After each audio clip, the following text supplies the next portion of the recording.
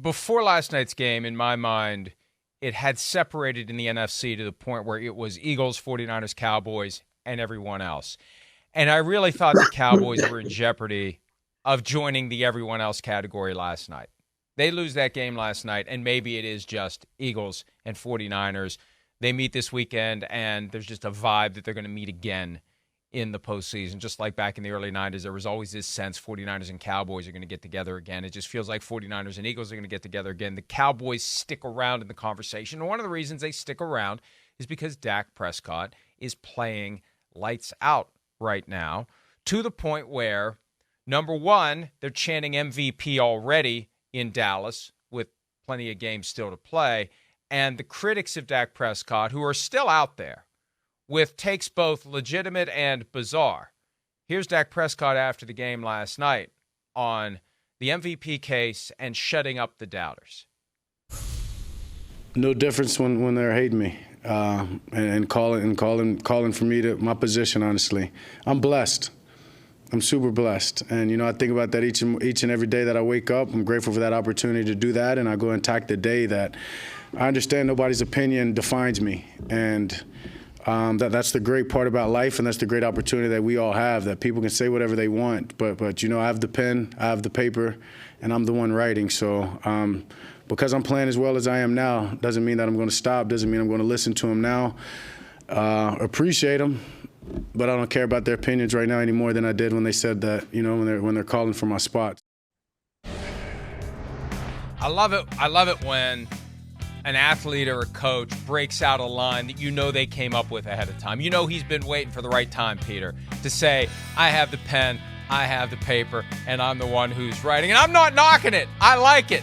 But you could tell that wasn't something that he just came up with standing there. You could tell he was carrying that one around in his back pocket on the pen and the paper and the writing that he was doing. And I love it. And it really does epitomize where his mindset is right now. He doesn't care what anyone else says, good, bad, or otherwise. He's out there doing his thing, and for the past month and a half, he's doing it as well as anyone in the NFL. And good for him, Mike. He should be that way. And he's playing fantastic. There's no player in the NFL playing better over the last 5-6 weeks than Dak Prescott. And again, I don't mean to say in any way that it doesn't really matter, because it does matter. It all matters. Everything matters. You can't do anything other than play the teams on your schedule. And Dak Prescott is playing the teams on his schedule, and he is playing top of the market football. And, Mike, as you look at the Dallas schedule, since Halloween weekend, what they are, look at what they put up. Here's their points, since October 29, 43, 23, 49, 33, 45, and 41.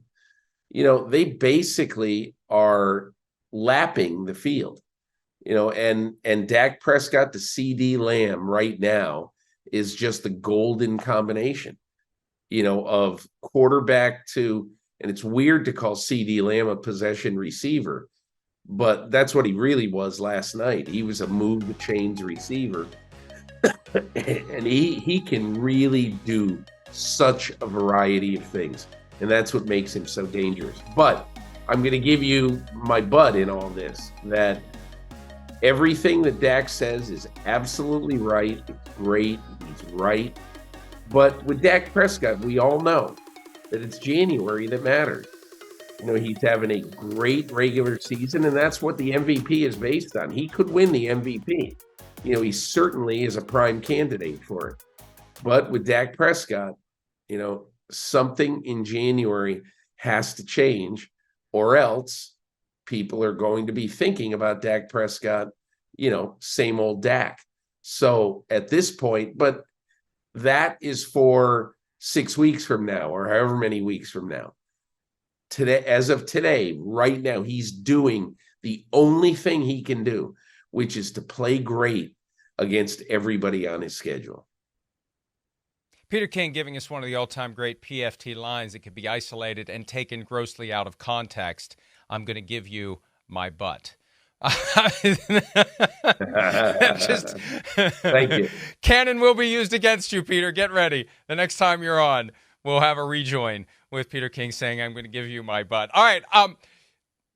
And as Dak Prescott kind of shows the rest of the competition, his own backside, here's the reality. And I understand why this happens because it's part of what we talk about during the season.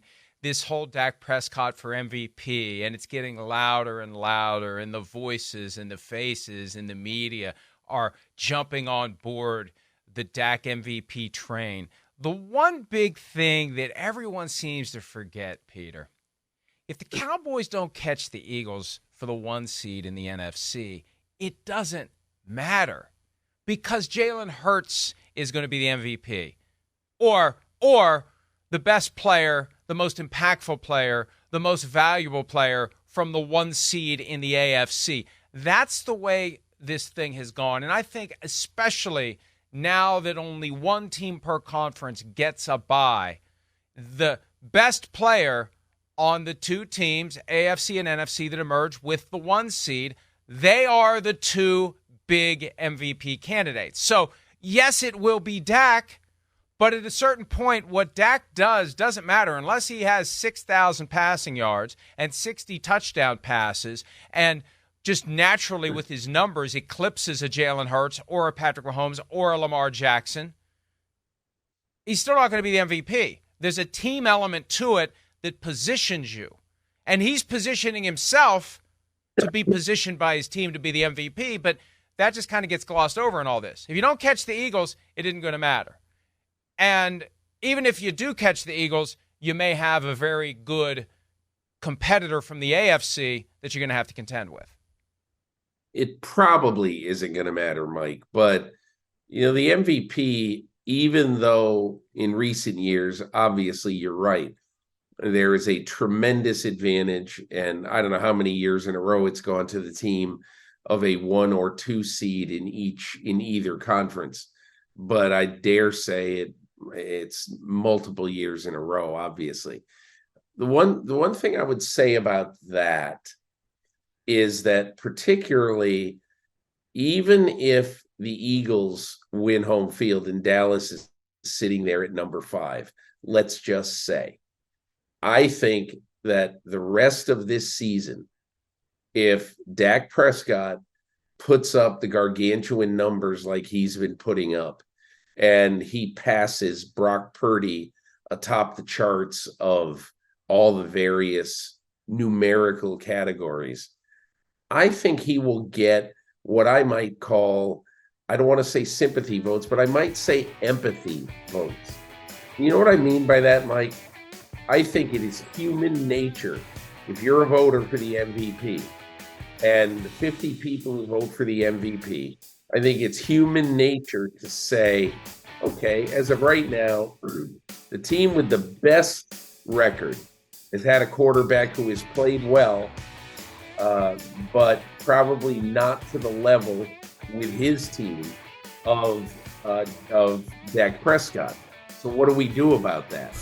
And I think especially if the Cowboys finish, let's say, 13-3, I think he's going to get some, and again, I just thought of this, but going to get some sort of empathy votes because people will think, okay, here's a guy who has played the best at this position individually.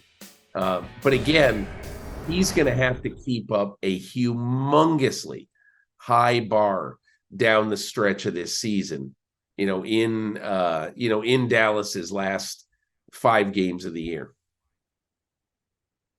And it's not just empathy votes, Peter, and I agree with you completely. It's also familiarity votes because pretty much every Cowboys game is in a primetime spot or 4:25 Eastern on Sunday. So the voters who are nationwide covering a bunch of different teams or covering all the teams, we see a lot of Dak Prescott. And let's just give the other example of an MVP candidate in his same state, in C.J. Stroud. There's a lot of buzz for C.J. Stroud to potentially be MVP. which pretty hard to do as a rookie. It's only happened once before with Jim Brown in 1956, and it's never happened for a rookie quarterback. But we don't see a lot of C.J. Stroud live. We don't see a lot of moments that happen right in front of us.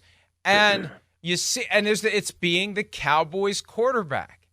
Look at what it does for you during your career. Look at what it does for you after your career. It was one of the arguments that Jerry Jones and Stephen Jones used unsuccessfully in their contract negotiations several years ago with Dak Prescott.